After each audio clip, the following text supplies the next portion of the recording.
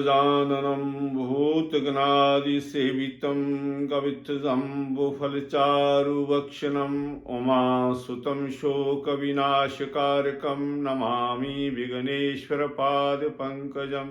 जय श्री गणेश। धर्म प्रेमी बंधुओं, 10 जनवरी 2023 संकट चतुर्थी का व्रत आ रहा है। संकट चतुर्थी डोगरी में मातृभाषा में इसे पुग्य दा व्रत कहते हैं। ये व्रत भगवान श्री गणेश जी के लिए रखा जाता है। सभी माताएं बहनें अपनी संतान की रक्षा के लिए, सुख समृद्धि के लिए, दीर्घायु के लिए इस व्रत को बड़े विधि विधान से हर वर्ष रखती है। माघ मास के कृष्ण पक्ष की जो चतुर्थी तिथि होती है, इसे डोगरी भाषा में, मातृभाषा में पुग्येदा व्रत कहते हैं। संकट चतुर्थी हर प्रकार के संकटों को दूर करने वाली, अपनी संतान के ऊपर आए हुए हर संकट को दूर करने के लिए माताएं हर वर्ष ये व्रत करती है। इस व्रत का विधान क्या है, विधि क्या है, किसने इस व्रत को किया, उसकी कथा मैं आपको सुनाने जा रहा हूं। आप इस वीडियो को शेयर करें, लाइक करें, कमेंट करें, ताकि घर घर में ये सनातन धर्म का धर्म प्रचार होता रहे।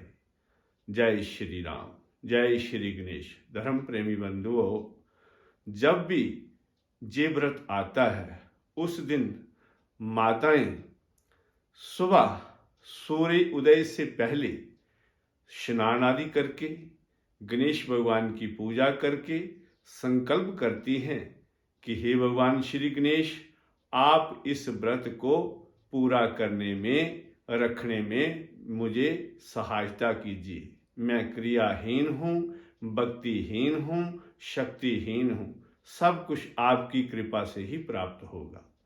फिर इस व्रत का विधान, आपने गणेश जी की मूर्ति हो, उसे दूध दही गंगा जल से स्नान कराना है।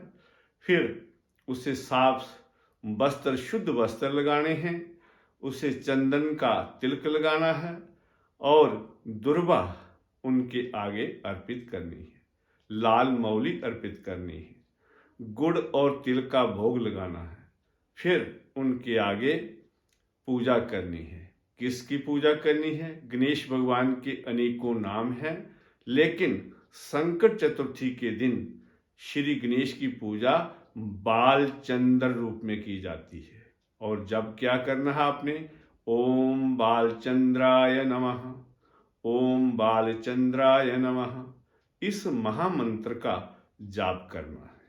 कम से कम 1 माला, और नहीं तो आप ज्यादा करें तो आप 5 माला भी कर सकते हैं, 11 माला भी कर सकते हैं, लेकिन कम से कम 1 माला आपने अवश्य जप करना है। श्री गणेश जी ने स्वयं अपनी माता मां पार्वती के पूछने पर उन्हें ये विधान बताया था। शास्त्रों में वर्णित है, एक समय की बात है, सतयुग की। उस समय एक सूर्यवंशी राजा हरिश्चंद्र, जिन्हें हम सत्यवादी हरिश्चंद्र भी कहते हैं, उन्होंने कभी भी सत्य का त्याग नहीं किया।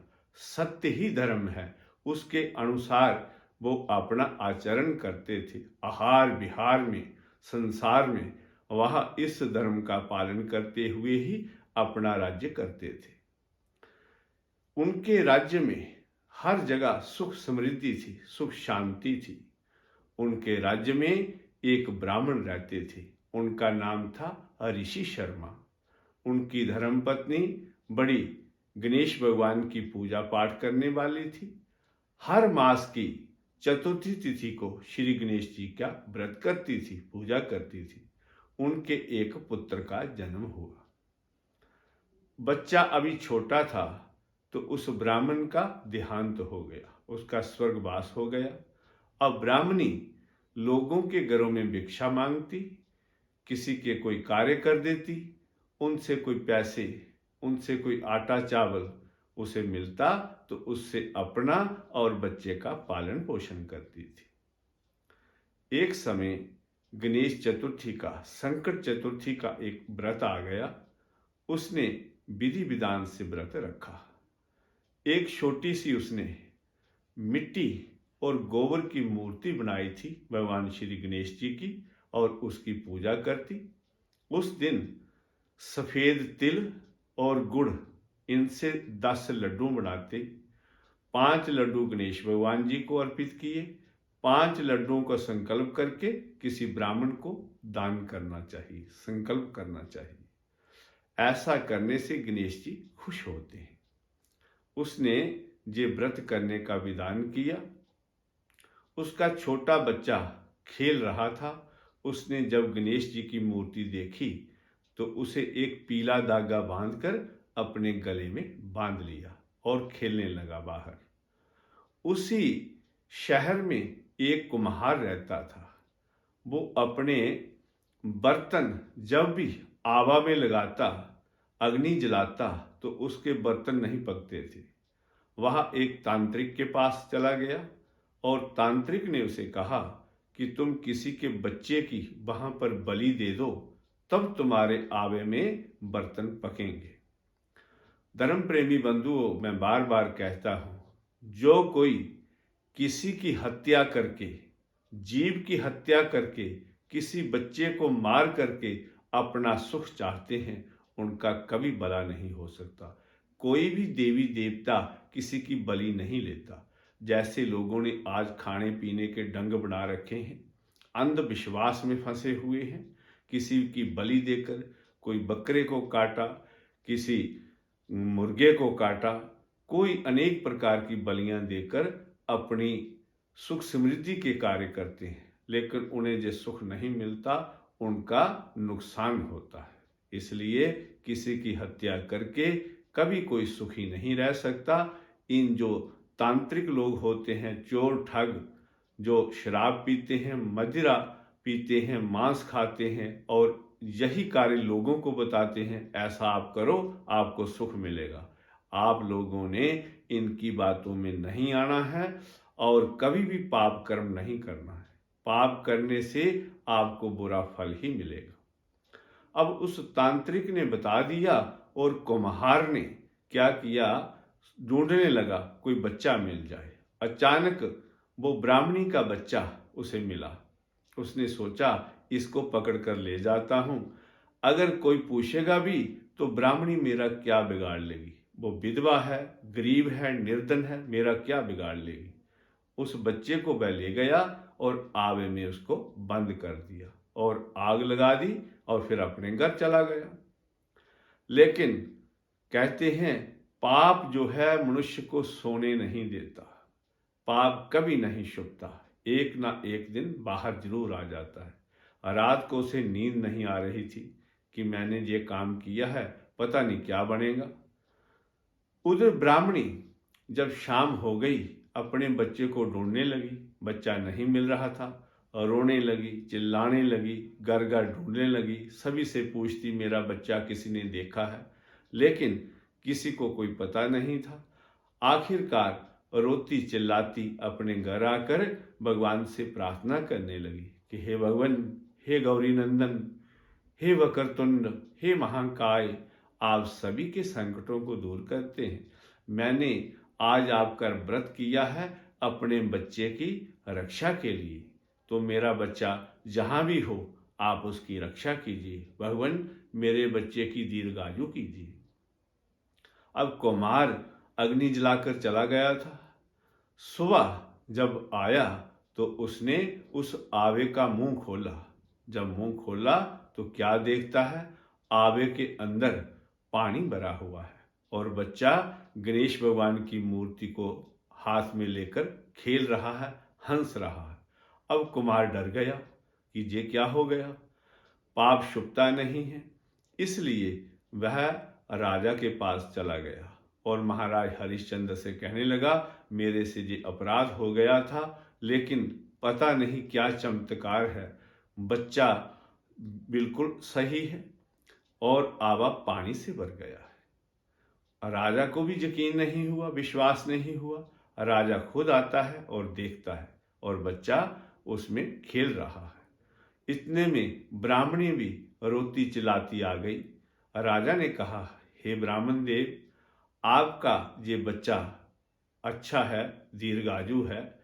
आप कौन सी पूजा करती हैं? क्या कोई जादू टोना जानती है? क्या विधि जानती हैं कि आपके बच्चे को अग्नि जला नहीं सकी? ब्राह्मणी कहने लगी, हे राजन, मैं कोई जादू टोना नहीं जानती। मैं श्री गणेश जी की पूजा करती हूँ और संकट चतुर्थी का, जिसे डोगरी भाषा में, मातृभाषा में पुग्यदा व्रत कहते हैं, माघ मास के कृष्ण पक्ष की चतुर्थी तिथि को मैं हर वर्ष करती हूँ। वही मैंने व्रत किया है और उसी के प्रभाव से मेरे बच्चे की रक्षा भगवान श्री गणेश जी ने की है। अब राजा बड़े खुश हुए और कुम्हार को दंड देने के लिए बोला। उसे दंड दिया और ऐसा कहा कि अंधविश्वास में फंसकर, तांत्रिकों के गंदे चक्कर में फंसकर जो कोई अपना समय पैसा बर्बाद करता है उसका कभी भला नहीं होता। जो किसी की बलि देता है उसका कभी भला नहीं होता। इसलिए बोले भाले पशु पक्षियों की जो बलि देता है भगवान उसे कभी क्षमा नहीं करते, और जो ऐसा करता है कई जन्मों तक नरक भोग कर भी उसे मनुष्य योनि प्राप्त नहीं होती। अब राजा ने कहा, सभी लोग संकट चतुर्थी का हर वर्ष व्रत करें, अपने संतान के लिए, अपने बच्चों की दीर्घायु के लिए। तब से ये व्रत विधि विधान से माताएं बहनें करती हैं। सनातन धर्म में इस व्रत का बड़ा विधान है और बाल चंद्र रूप में भगवान के अनेक रूप हैं। गणेश जी के वक्रतुंड भी उनका नाम है, उनका संकट नाशक भी नाम है। इसलिए उनकी इस दिन बाल चंद्र रूप में पूजा करनी चाहिए। पूरा दिन माताएं जल भी ना पिए और जब चंद्र उदय हो 10 जनवरी को रात्रि 8:45 पर जम्मू में चंद्रोदय होगा। उसके बाद चंद्र की पूजा करनी चाहिए। दूध से, चने की दाल से अर्घ देना चाहिए, फूलों से पूजा करनी चाहिए, आरती उतारनी चाहिए, चंद्र दर्शन करना चाहिए, गणेश जी की पूजा करनी चाहिए और उसी समय गुड़ और तिल से बने लड्डुओं का संकल्प दान करना चाहिए। और उसके बाद आप अपने प्रसाद खा सकते हैं। मीठा भोजन ही करना चाहिए, नमक नहीं खाना चाहिए। और ऐसा करने से विधि विधान से भगवान श्री गणेश जी खुश होकर आपके बच्चे की दीर्घायु करेंगे, उसे बुद्धिमान बनाएंगे, यशस्वी बनाएंगे, तपस्वी बनाएंगे और वह संतान आपकी, अपने माता पिता की सेवा करने वाली और कुल का सम्मान करने वाली, कुल का दीपक बनकर वह इस संसार में रहेगी। जय श्री गणेश।